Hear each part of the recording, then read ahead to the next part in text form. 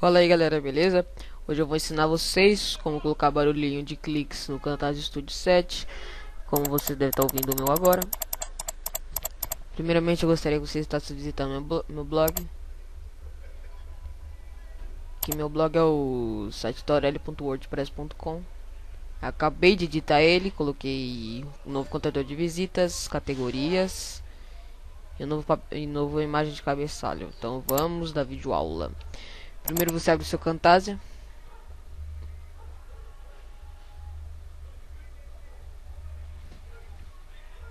E vem aqui em Import Media e pega um vídeo aí que você quer editar.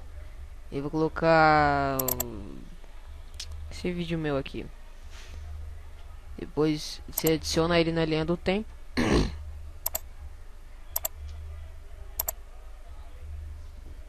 Pronto. Depois vem aqui em Cursor Effect. Se o seu não estiver aparecendo, vem aqui em More e Cursor Effects. Clique em Cursor Effects. Aqui já vai ter o tamanho do cursor. Você quer deixar ele gigantesco? Peraí. Se você quer deixar ele gigantesco, você aumenta a barrinha. Eu vou deixar ele do tamanho normal. Highlight Effects é aquela bola amarela que fica em volta do cursor. Você quer colocar bola amarela? Pode colocar. Quer colocar branco e preto? Pode colocar também. Quer colocar um ampliador? Pode colocar também. E vou colocar aqui a bolinha amarela, que eu gosto mais da bolinha amarela. Clica aqui, tá vendo essa setinha aqui? Clica nessa setinha. E aqui você edita o tamanho dessa bolinha. Tá vendo? 146. Opacidade, vocês pode colocar qualquer opacidade. Opacidade é transparência. Vou colocar na máxima opacidade.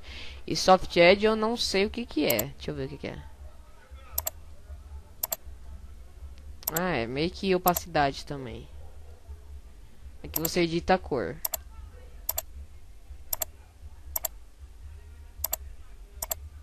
Deixa no amarelinho mesmo.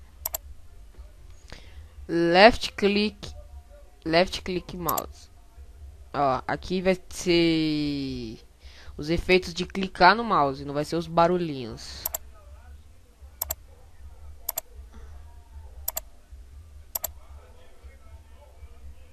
Agora sim vai vir o barulho. Tá vendo o click sound effects aqui? Clica na setinha para descer.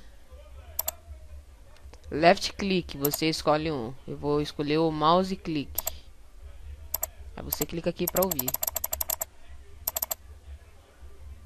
E right click, pode colocar o mesmo também. Ou laptop click. Pronto, está editado já seu cursor. Beleza, pessoal, só isso. Não tem que salvar nada, ele já só salva automaticamente. Falou, pessoal.